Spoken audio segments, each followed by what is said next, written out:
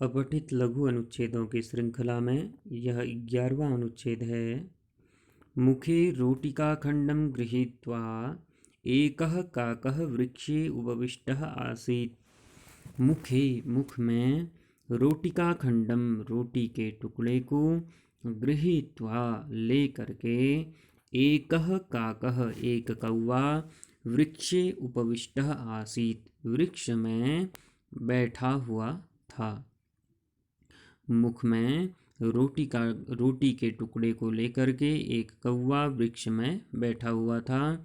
एकः शृगालः तं दृष्ट्वा अवदत्। एक शृगालः सियार तं दृष्ट्वा, तम अर्थात तम कम तम काकम अर्थात उस कौवे को दृष्ट्वा देख करके अवदत् बोला। एक सियार उस कौवे को देख करके बोला, भो मित्र खगेषु भवान एव सुंदरः। भूमित्र हे मित्र, खगेषु पक्षियों में भवान एव सुंदरः आप ही सुंदर, चतुरः चतुर, मधुर गायकः च और मधुर गायक हैं। तो एक उस कौवे को देख करके एक श्रृगाल बोला, सियार बोलता है, अरे मित्र पक्षियों में आप ही सुंदर, चतुर और मधुर गायक हैं। कृपया गायतु इति, कृपया गाइए तो। रोटिकाखण्डं पादयोः अधः स्थापयित्वा काकः अवदत्, रे नाहं पूर्ववत् मूर्खः। रोटिकाखण्डं रोटी के टुकड़े को पादयोः अधः पैरों के नीचे स्थापयित्वा रख करके काकः अवदत् कौवा बोला, रे नाहं पूर्ववत् मूर्खः। अरे न अहम पूर्ववत् मूर्खः, मैं पहले की तरह मूर्ख नहीं हूँ। रोटी के टुकड़े को पैर के नीचे दबा करके कौवा बोलता है, अरे मैं पहले की तरह मूर्ख नहीं हूँ। गताह ते दिवसाह, गताह चले गए हैं, ते वे, दिवसाह दिन, तो वे दिन चले गए हैं। तर्हि गच्छतु इति, इसलिए तुम चले जाओ। लज्जितः शृगालः शिरः नत्वा ततः पलायितः। लज्जितः शृगालः, लज्जित हुआ सियार, शिरः नत्वा अपने सिर को नीचे करके, ततः पलायितः वहाँ से चला जाता है। एक पदेन उत्तरम लिखता प्रश्न है, एक पद में आपको उत्तर देना है। पहला प्रश्न है, शृगालः कम प्रशंसति स्म। शृगालः सियार कम किसको प्रशंसति प्रशंसा कर रहा था। सियार किसकी प्रशंसा कर रहा था? सियार कौवे की प्रशंसा कर रहा था। तो सियारः शृगालः काकं प्रशंसति स्म, वह कहता है ना, मुखे रोटिकाखण्डं गृहीत्वा एकः काकः उपविष्टः आसीत्। शृगालः आगतः है, सियार बोलता है कि खगेषु भवान एव सुंदरः चतुरः मधुर गायकः च, पक्षियों में तो आप ही सुंदर, चतुर और मधुर गायक हैं। इस प्रकार से सियार कौवे की प्रशंसा करता है। तो यहाँ पर उत्तर हो जाएगा शृगालः कम प्रशंसति, कम के स्थान पर उत्तर आ जाएगा काकम। शृगालः काकम प्रशंसति स्म, सियार कौवे की प्रशंसा कर रहा था। अगला प्रश्न है, काकस्य उत्तरं श्रुत्वा कः लज्जितः अभवत्। काकस्य उत्तरं श्रुत्वा, कौवे का उत्तर सुन करके, कः लज्जितः अभवत्, कौन लज्जित हुआ। तो कौवे का उत्तर सुन करके कौन लज्जित होता है?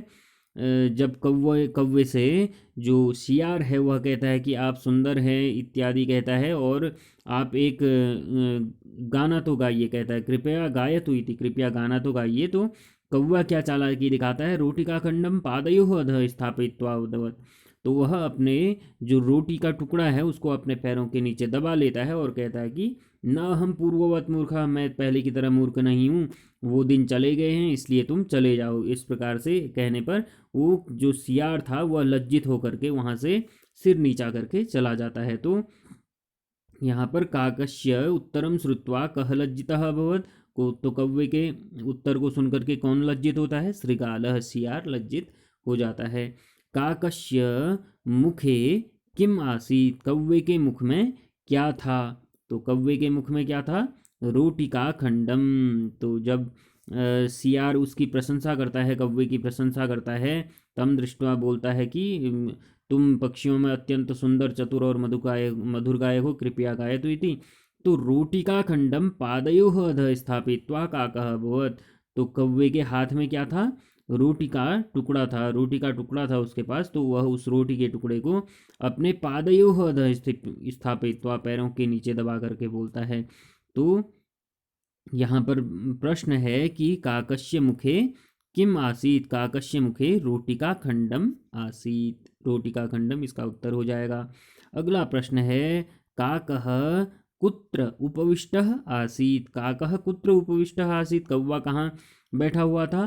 काकः वृक्षे उपविष्टः आसीत। काकः वृक्षे, वृक्ष इसका उत्तर हो जाएगा, वृक्षे उपविष्टः आसीत। अगला प्रश्न है, पूर्ण वाक्येन उत्तरतः, पूर्ण वाक्य में उत्तर देना है। रोटिका खंडम कुत्र स्थापयित्वा काकः अवदत्?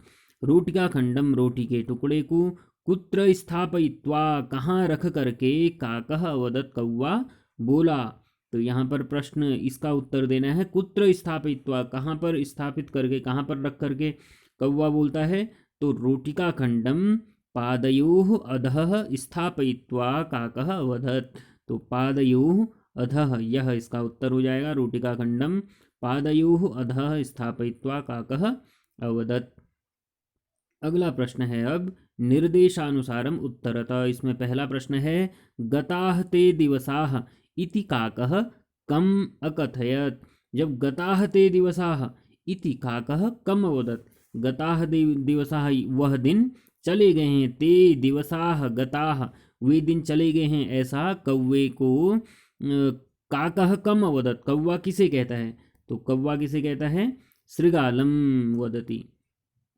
यहाँ पर कहता है कि रे नाहम मूर्खा, मैं पहले की तरह मूर्ख नहीं हूँ। गताः ते दिवसाः, वह दिन चले गए हैं, तर्हि गच्छतु, इसलिए तुम चले जाओ। लज्जितः श्रृगालः शिरः नत्वा पलायितः, और लज्जित श्रृगाल सिर नीचा करके चला जाता है। तो यहाँ पर रोटिका गताः ते दिवसाः इति काकः कम अकथयत्, तो यहाँ पर उत्तर आ जाएगा इसका श्रृगालम। उपरि इत्यस्य प्रयुक्तम विलोम पदम किम? उपरि जो शब्द है, इस शब्द का विलोम पद क्या प्रयोग किया गया है? तो विलोम पद इसका यहाँ पर अधः होगा, इसका अधः विलोम पद यहाँ पर प्रयोग किया गया है। मुखे रोटिका खंडम गृहीत्वा एकः काकः वृक्षे उपविष्टः आसीत्, श्रृगालः तं दृष्ट्वा भो मित्र भवान् खगेषु भवानेव सुन्दरः चतुरः मधुरगायकः च कृपया गायतु इति रोटिका खंडम पादयोः अधः। तो ऊपरी इसका यहाँ पर जो विलोम पद है वह अधः यहाँ पर दिया गया है। तो आपको भी परीक्षा में इसी तरीके से पूरे जो अनुच्छेद है उसको पढ़ना है और इस प्रकार से ध्यानपूर्वक उनका उत्तर देना है। आपका बहुत बहुत धन्यवाद।